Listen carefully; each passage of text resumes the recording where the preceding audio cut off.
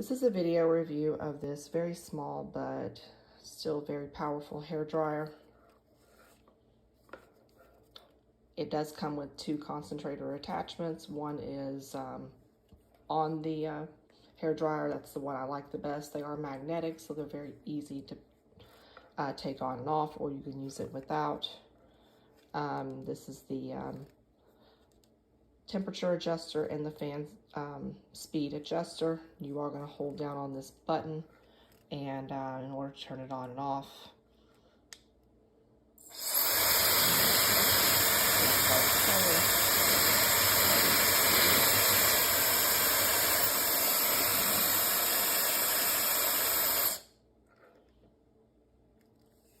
So that's just a quick look. I do like how this back doesn't seem to like suction your hair, which has happened to me before. I've gotten my hair tangled in this, so it seems like it's designed to prevent that.